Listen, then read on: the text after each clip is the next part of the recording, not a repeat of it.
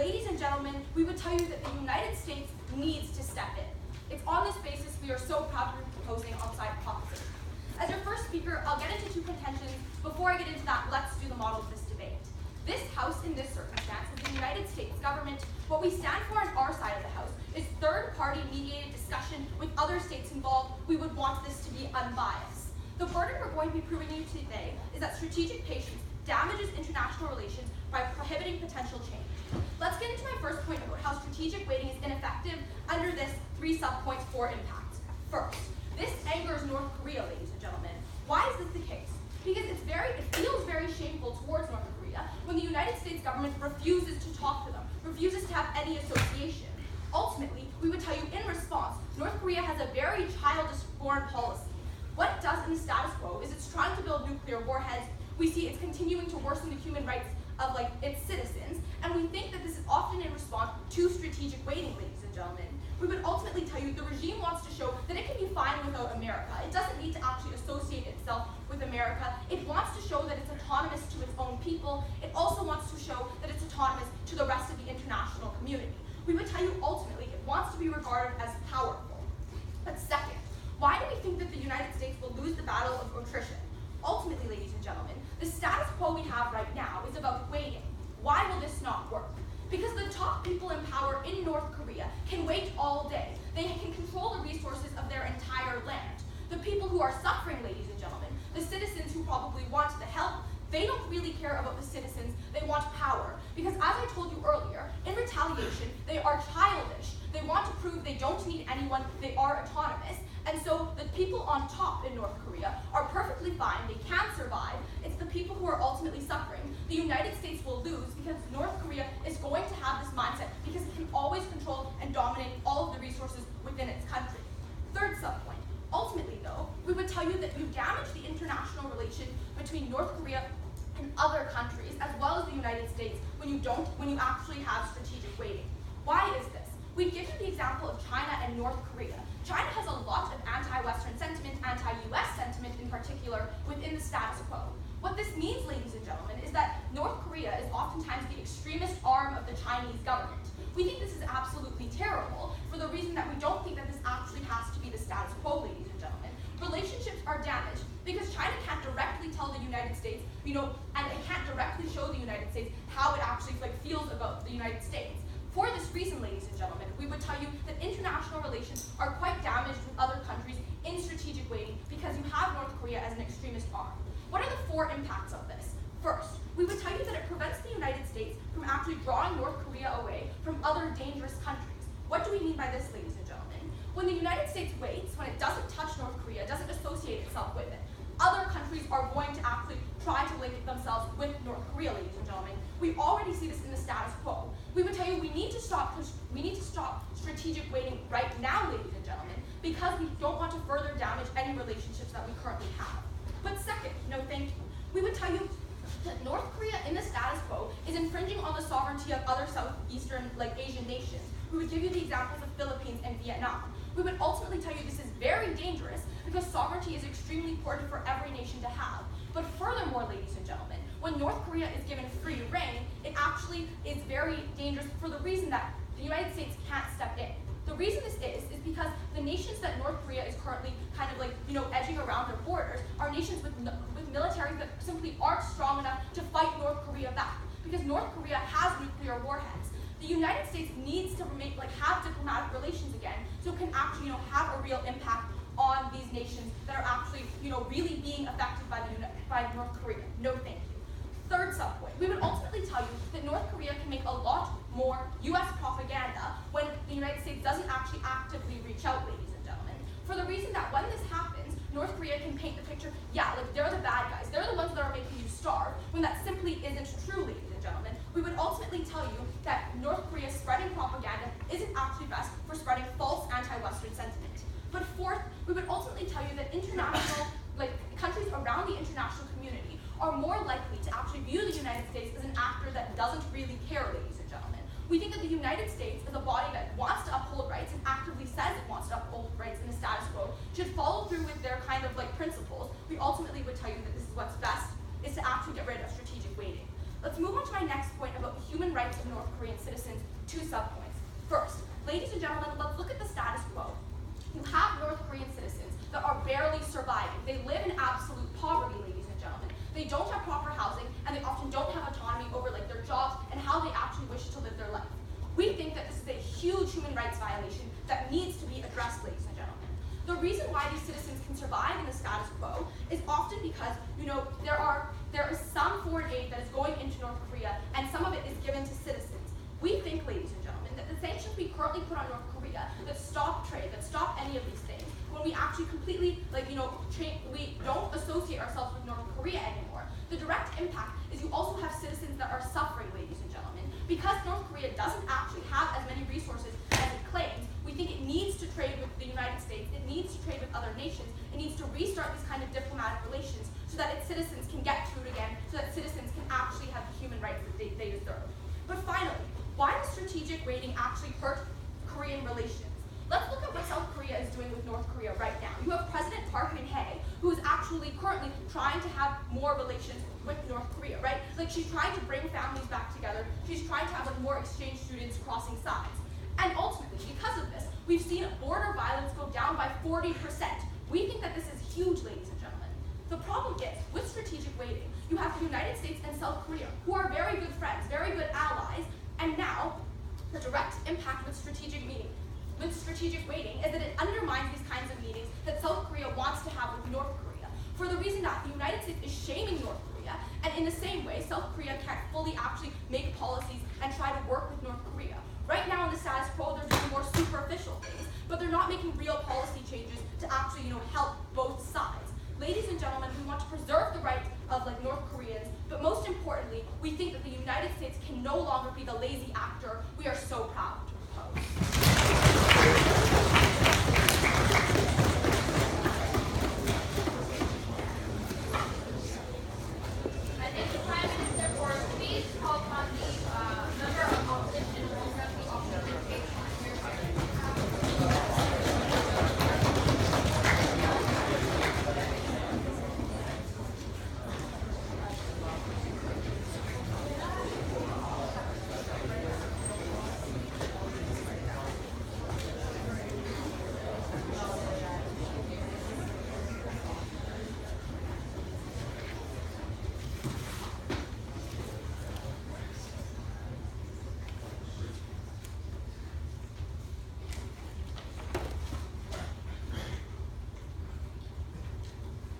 I think that what we have to understand today is that what we're dealing with North Korea, when we're dealing with Kim Jong-un, we are dealing with an actor, with a leader who is unreasonable, who is unwilling to negotiate fairly. An actor with whom, if we negotiate, the concessions that we make as the rest of the world are going to be far greater than the concessions they make. And that is not a trade-off I am willing to do, and that's not a trade-off that side opposition is willing to do. Thank you. What I'm going to do today is, first of all, go through our first 2 constructive points. First of all, about how we legitimize North Korea, and secondly, about all the problems that come from negotiating with North Korea. And then I'm going to review all the content that we heard from their side of the house. So firstly, let's talk about legitimizing North Korea. What I would tell you is that a big thing about putting pressure on a country to change, a large part of that is how they are perceived by the rest of the world. How do the leaders of other countries and how do the people of other countries feel about that nation, feel about that regime, and feel about that dictator? What I would tell you is that under the status quo, North Korea is seen as a very bad place. North Korea is seen as beneath the rest of the world. And I tell you that is a good thing. I tell you there is a good reason for that. Well, thank you. And I tell you that reason is that there are horrifying, deeply troubling things that are happening in that country. What I would also tell you is that when you have all these different countries, all these different leaders, and millions of people around the world who do not agree with North Korea, who do not condone those actions and think of them as beneath them, that puts enormous, extraordinary pressure on North Korea to change. Is this going to happen quickly? Sir. No, thank you. Absolutely not. What I would tell you is that the long-term implications of that are really important. What happens under their model when they change the status quo of strategic patience with North Korea and actually legitimize that actor? Well, what we would tell you is that when you start to talk to North Korea rationally and reasonably, that elevates that country and that leader, Kim Jong-un, to the level of other countries. It shows that you perceive them them as a reasonable, rational actor that is able to be negotiated with. And I don't think that is a good precedent to set. What I think is better is that if we show North Korea to be such a bad country, such a horrible, troubling place, that it is not even worthwhile to associate with them. Just because nothing has happened yet because of this policy does not mean that it is a bad policy. What I'm going to tell you is that North Korea is such a damaged country and such a horrible place that it's going to take a massively long time for them to change by any policy. What I'm going to tell you is that the current policy that we have is the best. Sir. I don't want to legitimize North Korea. I don't want them to be seen as just another actor that we're talking to, another actor that we can negotiate with.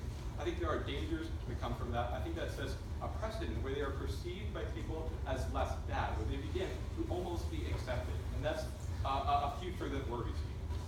All right. Now, the next point I want to bring up is about the efficacy and the effect, or the ineffectiveness of negotiation in this kind of situation. I want to talk about two things. First of all, what I want to tell you is that Kim Jong-un has already shown himself to be an unreasonable leader, a leader who is very unlikely to give up anything in negotiations at all. In this way, I think it would be a large waste of resources to even pursue negotiations with him. I don't think that is the best use of our resources. I think it is better to stick to a status quo which has not worked yet, and is not failing. No thanks. Now, the second thing I want to tell you is that there is no leverage we have over North Korea. There is nothing that we have that we can that we have over them that they can give us in return for us giving them something. What I tell you is that if we want North Korea to reform some of these policies, if we want them to create a real constitution, to start feeding their people more, to stop developing long-range missiles, I think that what that's going to result in us actually giving them more things, more resources, maybe more weapons, that could be very dangerous for the future. It could actually result in a net loss of human lives, and that's something that I'm not willing to do on our side of the house.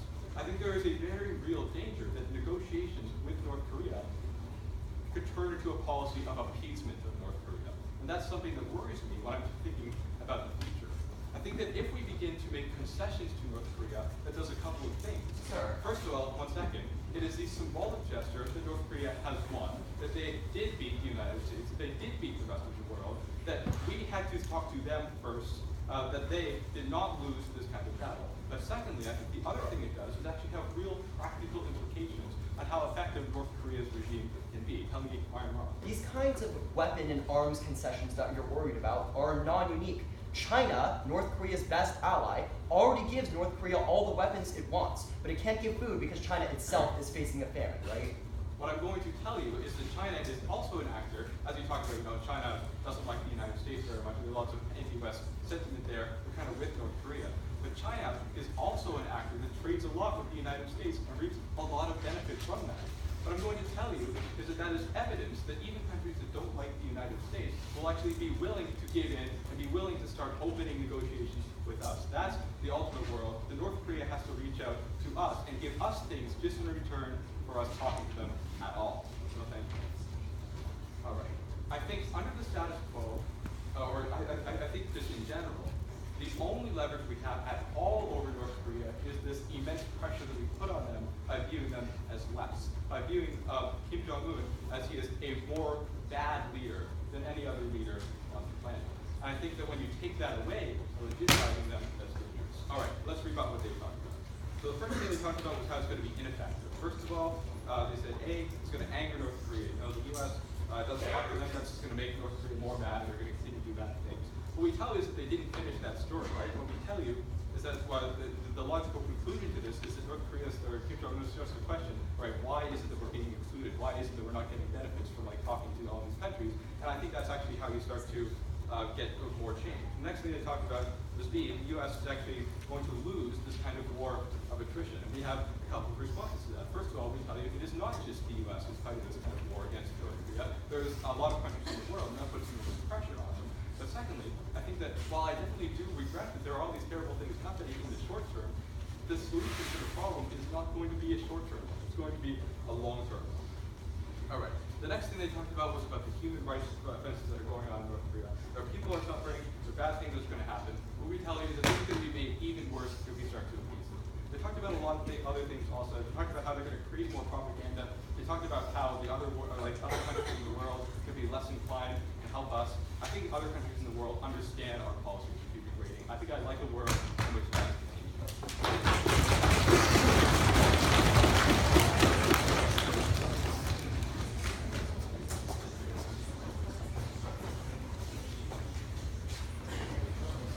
Thank you, Member Robinson, for speech. Now calling upon Minister Brown to be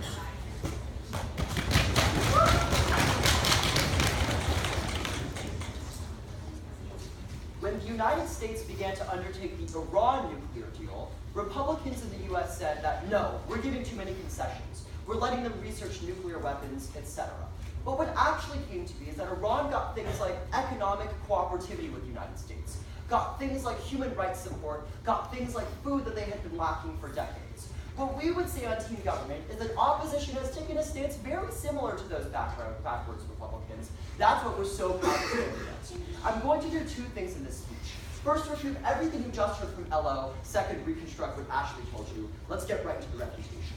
The first thing that they tell us is this idea of legitimizing North Korea, right? And they start out with this notion that perception is what North Korea really, really cares about. Perception is what really matters. First of all, what we would say is that North Korea pretty much doesn't care whether or not the United States legitimizes it or not, right? The leaders in North Korea are in fact incentivized to show their lack of care to their citizens by trying to prove that they are autonomous as possible, right? That's how the North Korean foreign policy paradigm works. So to that extent, we don't actually think that US perception is a mechanism to changing North Korean policy.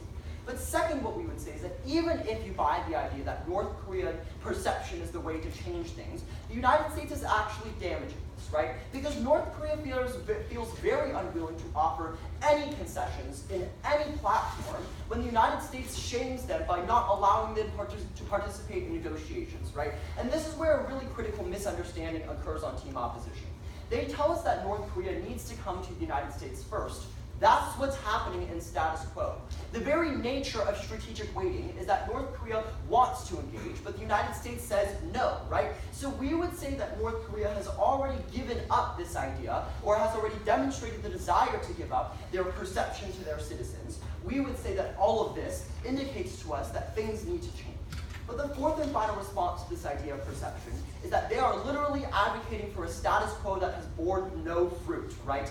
They told us that it hasn't worked. Let's wait a decade, maybe in 20 years, maybe 30, but they never gave us a mechanism, a time frame, or a reason as to why more time is the reason why strategic waiting is strategic waiting success, right? Ashley already gave you plenty of analysis as to why the leaders of North Korea can wait as long as they want. They're not starving, right? So we would say that their status quo advocacy gave us no mechanism as to how things are going to change. The next idea that they give us is that we're going to be elevating North Korea to the level of other countries. First of all, North Korean citizens should be our top priority. If the North Korean government gets some pride, gets some legitimacy out of these kinds of deals, we would take on that burden and say the benefit to the suffering citizens of North Korea significantly outweighs this intangible impact, right? So we would say that engaging in trade with North Korea and giving North Korean citizens like food, which they desperately need but only get through intermittent foreign aid, is probably a better foreign policy goal, especially when the United States appears to stand for things like human rights, like supporting other countries. But second, what we would say is that sometimes this kind of giving legitimacy is actually a really good thing.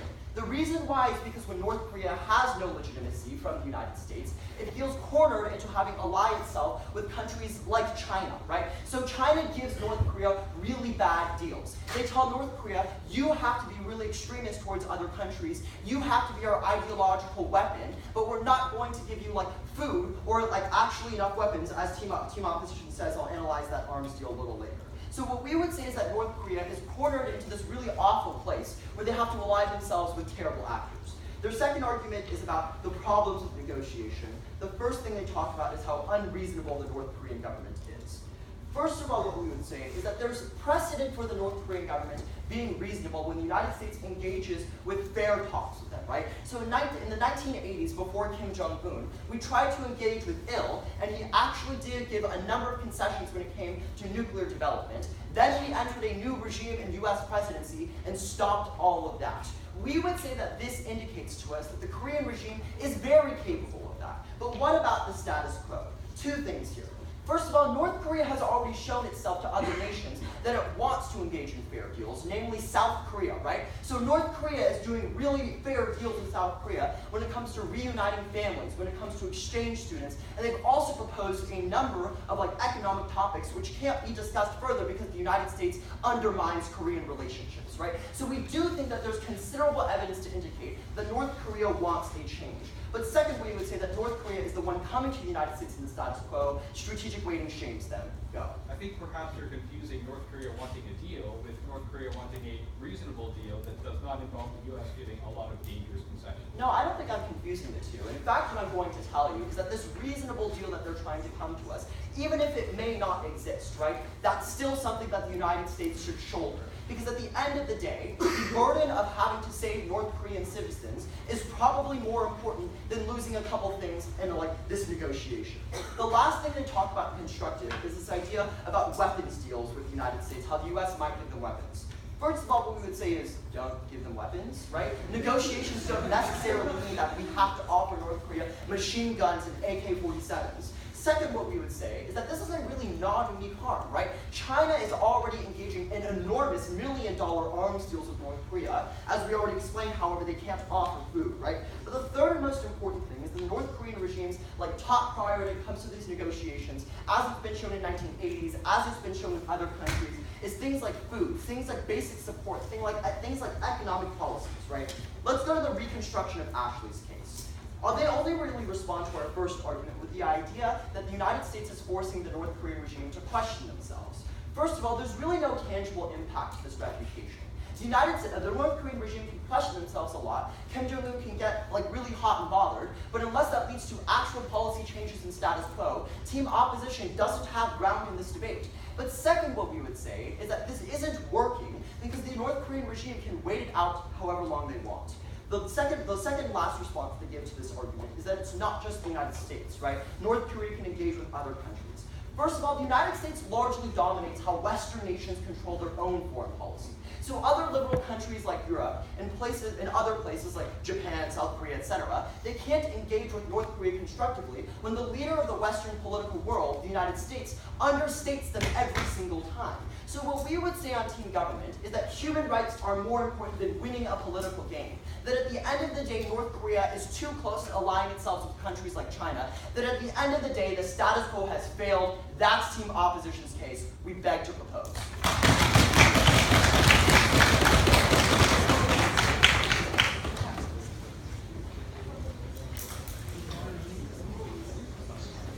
I think the minister is down for a speech called from the leader of the opposition and then address the House. Speakers, the 4 minutes are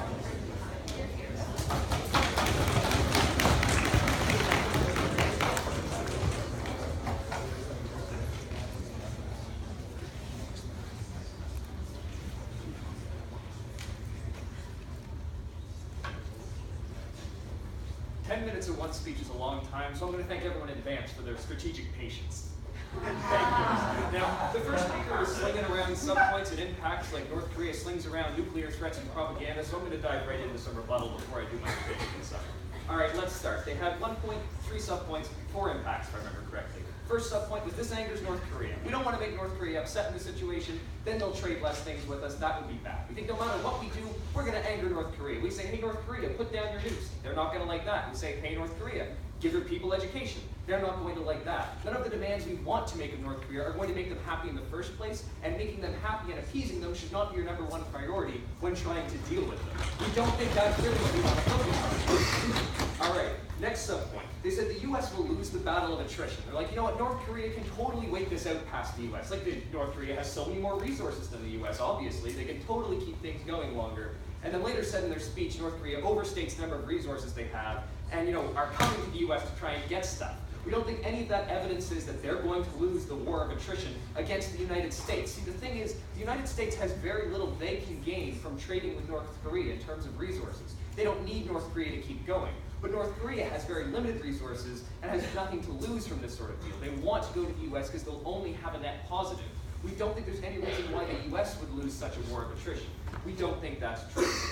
Their next subpoint was talking about how this damages North Korea's international relations. So whenever people demean North Korea on the world stage, that's really bad. They're going to be able to trade with less people, and that's harmful. Well, we don't think North Korea's international relations are really in a great place anyway when their literally only ally on the planet Earth is China.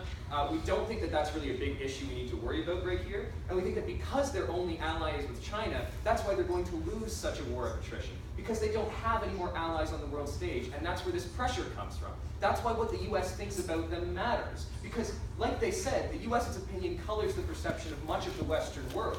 And when North Korea only has a singular ally, who the government admitted is giving them terrible deals, they're going to feel the pressure from everyone else in the world saying they don't like them, and they're going to want to try to get more allies. Sure. So why is the status quo changing? What mechanism is going to lead to a difference from what we've seen for the last decade? Thank you. It's literally called strategic patience. You have to be patient. It takes time for this policy to come into just because it hasn't worked in the status quo, saying that a strategy that's not meant to have totally worked yet, hasn't worked yet, is not effective rebuttal. We think that really to combat that sort of idea, you have to attack the underlying ideas of strategic patience, ones that we think me and my partner have built up quite well. We think we've proven to you why strategic patience is an effective method, but I'll get a little bit more into that in my rebuilding when I get there. Okay, their next impact is they were talking about US propaganda.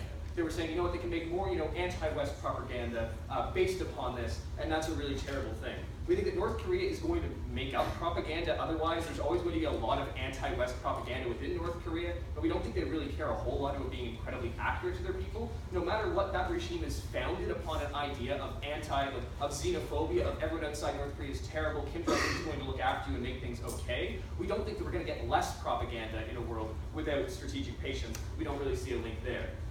So they said how we can protect other people, we're not unable to protect other people from North Korea. They said, right now, people are going to interact with North Korea and trade them, and we're not going to be able really to stop them from doing that, from interacting with North Korea. We think that, like they said, the US colors a lot of people's perceptions of North Korea, and when we don't trade with them, less people are going to trade with them, interact with them, and that's a good thing because it puts more pressure on them.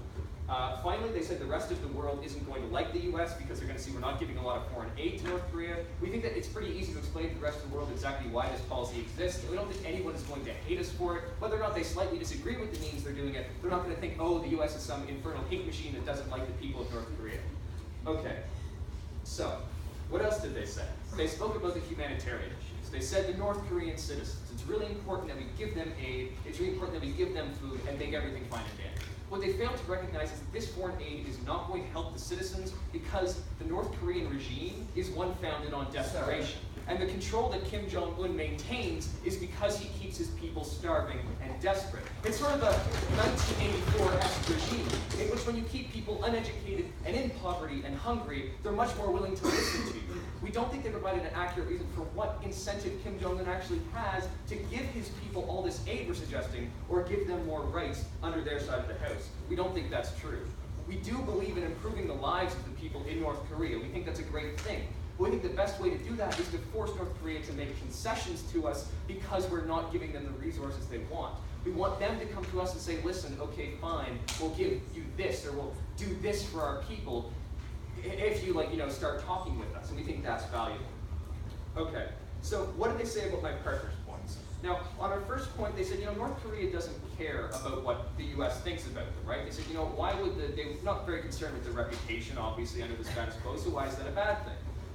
Whether or not North Korea directly cares about what the US thinks about them, North Korea cares about the impacts of that perception. North Korea cares about the fact that no one in the world other than China is willing to be their ally because of the way the rest of the world views them. They care about how that limits their ability to trade and expand when they're forced to just get those terrible deals from China. We think that's what the impact comes from, not from them really caring about specifically what the US thinks about them. Okay, secondly, they said because they feel really ashamed, they're not going to make any concessions. They'd make us concessions if we didn't make them feel bad, but because we're doing this, they're going to feel really ashamed and they're not going to want to give us anything. We think no matter what, we're going to be in a situation where we're asking things of them that they don't want. We're going to be telling them to do things that they don't want, where they're going to disagree with us. We don't think that's mutually exclusive to a situation of strategic patience.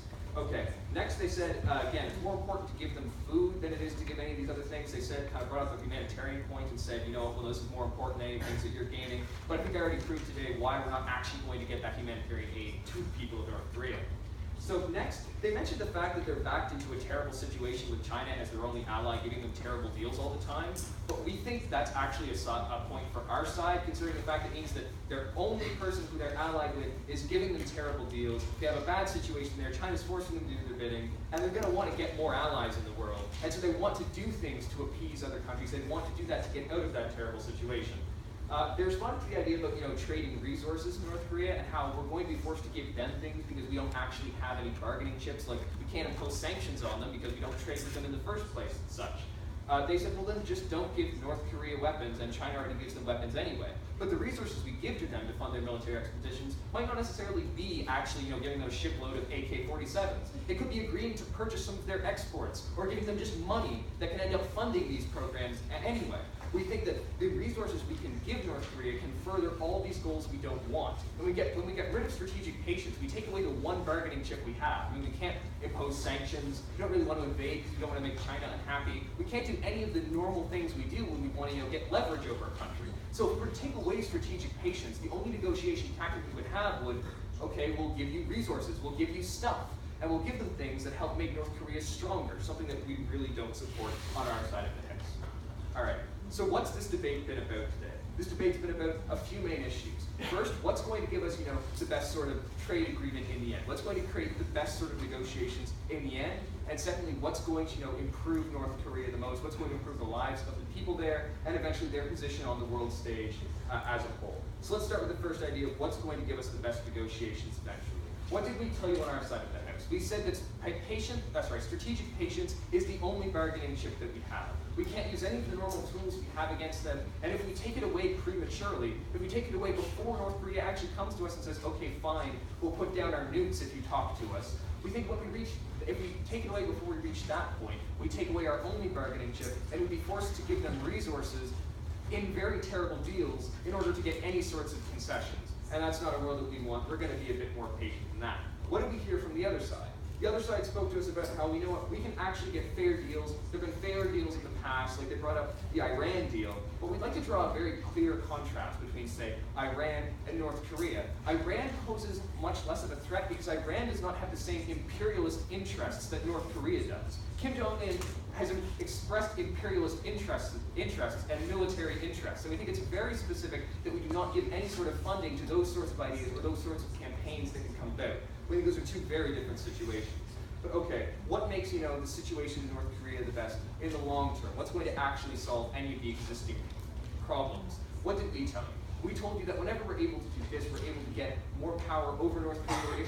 We're able to convince them, you know, to actually make these concessions in the first place, and ultimately, we're going to have a better result. From the other side, you heard mainly the ideas of, like, you know, international relations and angering North Korea, and how we're just going to make them resent us, and how that's going to be harmful. But I think I've proven to you today why that's not really what we're focused on in the first place. How no matter what we're going to do, we're going to anger North Korea, and how it's really important that we do denounce them on the world stage to ensure that the rest of the world does not, you know, go along with that it is not legitimized, and that we make sure we keep trade to a minimum until they're willing to give us concessions.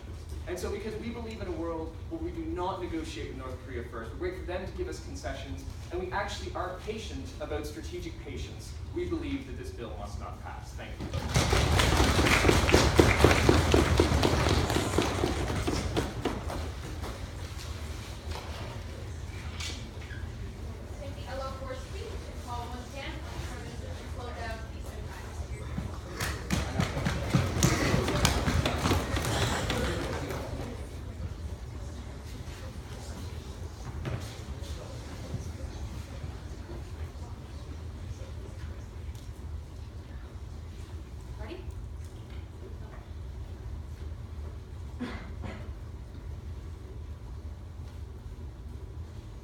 On side opposition, they've brought to us a dying mechanism. Because through my partner's speech and through my speech, we've been able to prove that the status quo is not improving outside proposition, it is for these reasons we continue to be proud to propose. 3 things. First, is strategic weighting actually effective? What did we hear on their side of the house? The idea that, it's not working, it is working, and it's eventually going to happen. We just have to wait a little longer. What did we tell you, ladies and gentlemen? That there is no tangible mechanism and no reason why this would be the case. We told you about the nature of Kim Jong-un, how he really won't care, ladies and gentlemen, and how ultimately that there isn't actually a mechanism that they've brought forth. But furthermore, we told you about how North Korea is actually channeling itself towards China and why this actually has negative impacts. Finally, we told you that we actually don't think that what they're talking about is ever going to happen unless we take action, for the reason that we see that South Korea and North Korea, within the status quo, do want to actually have connections. The really big problem we see is that, unfortunately, the United States isn't actually allowing South Korea to do so. This hurts Korean relations. What was the next idea? They brought to us this idea that we're funding military operations. This is a very bad thing, and ultimately how Kim Jong-un is unreasonable. Why was this false? How did we prove this? We told you how first, it's not necessarily, and it's not like we're actually going to be giving them weapons, but second, under their own logic, we think that no one should ever trade with anyone ever because you can use it to purchase nuclear weapons. We've told you on our side of the house why North Korea is very childish within the status quo, and how we actually need to begin actually, thinking about what because the reason this is, ladies and gentlemen, is because the United States has really not and wants to cut off all connection, despite North Korea actually actively reaching out towards the United States. We think this is a huge problem. Because we've seen in the status quo, you do see Kim Jong-un wanting to make negotiations, wanting to make trade. Secondly, this idea of perception. They told us on their side of the house, North Korea doesn't really care about legitimacy, and how ultimately that we're actually making concessions to North Korea. What did we tell you on our side of the house? We would tell you that giving North Korea some legitimacy is actually necessary into bringing them to the international stage, ladies and gentlemen. Because when they are so isolated, we've already brought to negative impacts. They are able to actually go into other countries, infringe on sovereignty, but we've also told you how they can be the extremist arm of China. We think those are 2 huge impacts that opposition was never able to take down. But finally, let's get into this next theme and this last theme about human rights. We've brought to you this idea that, human rights in North Korea is so terrible and how nothing is going to change within the status quo, ladies and gentlemen. They told us, it doesn't matter, North Korea isn't going to be giving its individuals this kind of food, etc. We would tell you that foreign aid does go to these individuals in the status quo. We were able to prove how human rights violations are huge and why ultimately the United States does have a responsibility to actually open up doors again, ladies and gentlemen. We want to help human rights, but more so we want to actually include North Korea within the international political community we are so proud to propose.